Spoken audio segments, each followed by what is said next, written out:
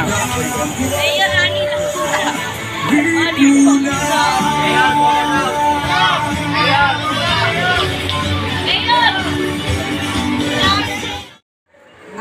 Ako po ay isang actress, isa po akong TikToker at isa po akong rapid break model, di ba? O, palakpakan naman dyan. Nagulat pa kayo, kala niyo si Marian Rivera, hindi no? Ang ako lang. So ito po ang pamunuan po ng Team Mara Tamundong. Ito pong ating mayor, si Mayora, Mara Tamundong. Palakpakan nyo naman, binisita tayo dito, di ba? At si Vice Mayor Remy Oyales, ayan. Tuwang-tuwa po sila, no? Nag-visit po sila dito kasi mahal na mahal po kayo ng ating mayora, no? Talagang nag-spend siya ng time para puntahan po kayo. Actually ako, I feel at home dahil taga-Tondo District 1 po ako. Dito lang ako sa bandang Pera, no? Laki po ako ng Tondo, no? At mga ninuno ko nandito po sa Tondo, no? Tama po ba ngayon? Isa sa mga projects po ng ating mayora kung sa akali po siya ay maluklok, bibigyan niya po tayo ng housing project. Palakpakan naman natin. Gusto niyo pa ng bahay? O, di ba? Marami sa atin wala pang bahay, di ba? So, isa yun sa mga projects ng ating mayora, no? Mga Ratamundong, ano? Bukod pa po doon, ano? Sumigaw naman tayo! Mayor Mara Tamundong, salamat po! 1, 2, 3! Mayor Mara Tamundong, salamat po! Ayan. So, what else, no? Marami pa po tayong projects na darating, ano po? So, mag-follow po kayo sa account ni hashtag Mara Tamundong. Nandun po yung kanyang mga information, yung mga political views niya, no? Ang mga projects niya, no? Ano ang hashtag ni Mayora? Hashtag Mara Tamundong. Ayan, i-search nyo na po yan sa YouTube, ano? Sa TikTok, no? So, okay na po, bibigay ko po ang mikropono, no? Sa ating Vice Mayor Remy Oyales. Palakpakan naman po natin. Ayan. Warm welcome ng mga taga-Tondo.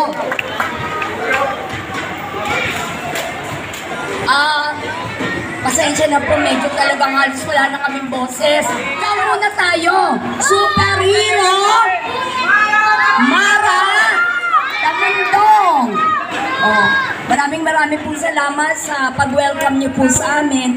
Siyempre, mapalad din po yung tayong mga taga-Tondo sapagkat bumaba na po rito ang ating tagapagligtas ng lungsod ng Maynila upang muling ibalik ang dangal ng mga Manileño at Manilenya. Sana po sa ating mga isipan at puso sa darating na forthcoming election, sana po ay tumimo na sa inyong mga isipan ang nag-iisang superhero Mara Tamundong, ang ating iluluklok bilang mayora sa lungsod ng Maynila sa 2025. Ang iyo naman po ng lingkod, si Remy Oyales po, ang inyo pong kapitbahay, taga-Tondo rin po, ang kapartner, Vice Mayor po ng ating superhero Mara Tamundong. Ayan, magandang hapon po sa inyong lahat. Siyempre, kahit wala po akong boses, gusto ko pong bumati sa inyo na magandang hapon. Ako po si Mara Tamundong, ipinanganak at lumaki ng San Andres Bukid, Maynila, isang senior citizen advocate sapagkat naniniwala ako ang pagbibigay ng pagmamahal at respeto sa ating mga magulang, sa mga lolo at lola, siyang magdadala po sa atin sa kabutihan. Ito po ang hangarin ng isang batang San Andres Bukid, Maynila, na ang hangarin ko po ay maisalba pa ang natitirang lupain sa Maynila! At syempre, masiguro na ang bawat lupain sa Maynila ay talagang mapunta sa Manileño! Agarang ibababa ko po ang 2,000 kada buwan na mga senior citizen! Kabilang na po dyan, sisiguraduhin ko ang agarang pagbaba na masiguro na lahat ng barangay ay mayroong barangay health center na may gamot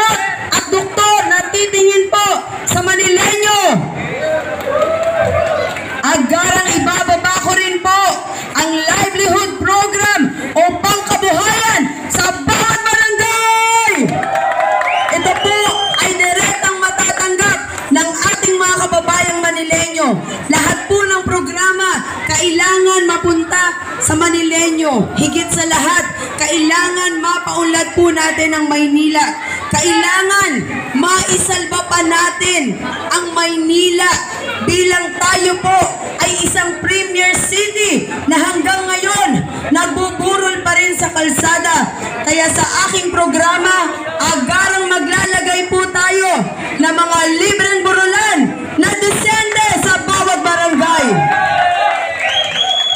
At para sa ating barangay na tinanggalan ng budget, ito po ay aking ibabalik at dadagdagan pa!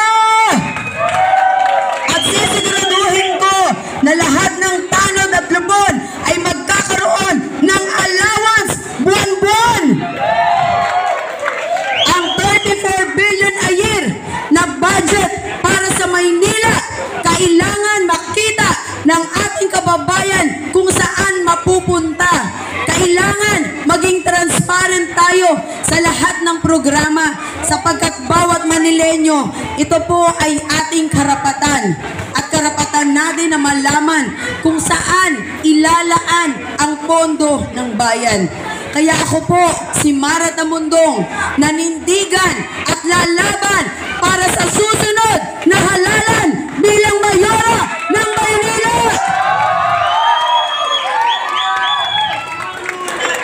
Naniniwala po ako na may pag-asa pa rin sa Maynila. Naniniwala ako na ang bawat bata na nandito sa aking harapan ay kailangan bigyan ng magandang kinabukasan. Para sa mga kabataan, agarang tutulong tayo at ibababa ang programa ng financial assistance para sa mag-aaral na masiguro lahat ng kabataan ay mayroong inaantay na magandang kinabukasan. At syempre, para makatulong sa inyong pag-aaral, maglalagay tayo ng libreng wifi sa buong Maynila! Gusto ko po sa aming panunungkulan maging transparent sa lahat hanggang huling sentimo. Kailangan malaman ng taong bayan. Dito lang natin masasabi ang tunay na Maynila ay magkakaroon ng kaunlaran. Kailangan ang isang katangian ng maglilingkod ay hindi lamang maging sikat, kung hindi kailangan siya ay may puso at pagmamalasakit sa kanyang kapwa. At higit sa lahat, masiguro natin na ang maglilingkod ay hindi magnanakaw. Yes! Dahil dito, agaran na magkakaroon ako ng matibay na ordinansa para maproteksyonan ang mga historical landmark ng Maynila.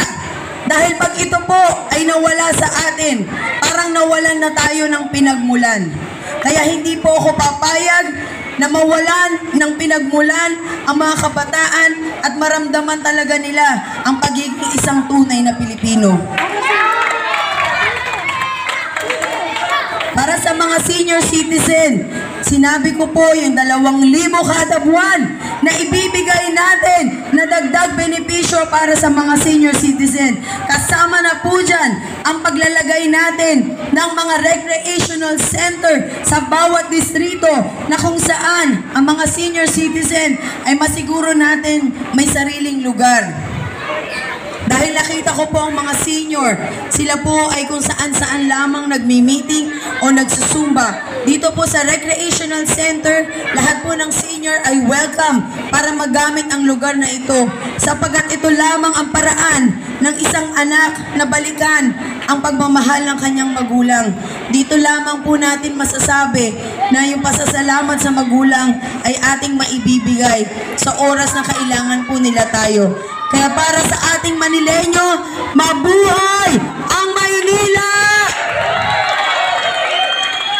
Ang mensahe palagi ng ating mahal na Pangulong Bongbong Marcos at mensahe na rin ng aking team, basta tayo'y magkasama, laging marong umagang kay ganda. Bawat sikat ng araw may dalang liwanag sa ating pangarap. Oh, harapin natin. Maraming salamat po. Ilan po ang senior citizen na narito sa harapan ko? Aba, talagang ating mga lola interesado sa kanilang programa. Alam po ninyo, ang pagpasok sa politika ay hindi biro. Pero bilang isang tunay na Manileño, ito na po yung pinakasukdulan ng sitwasyon natin. Kailangan mayroon pong mabago sa ating lahat.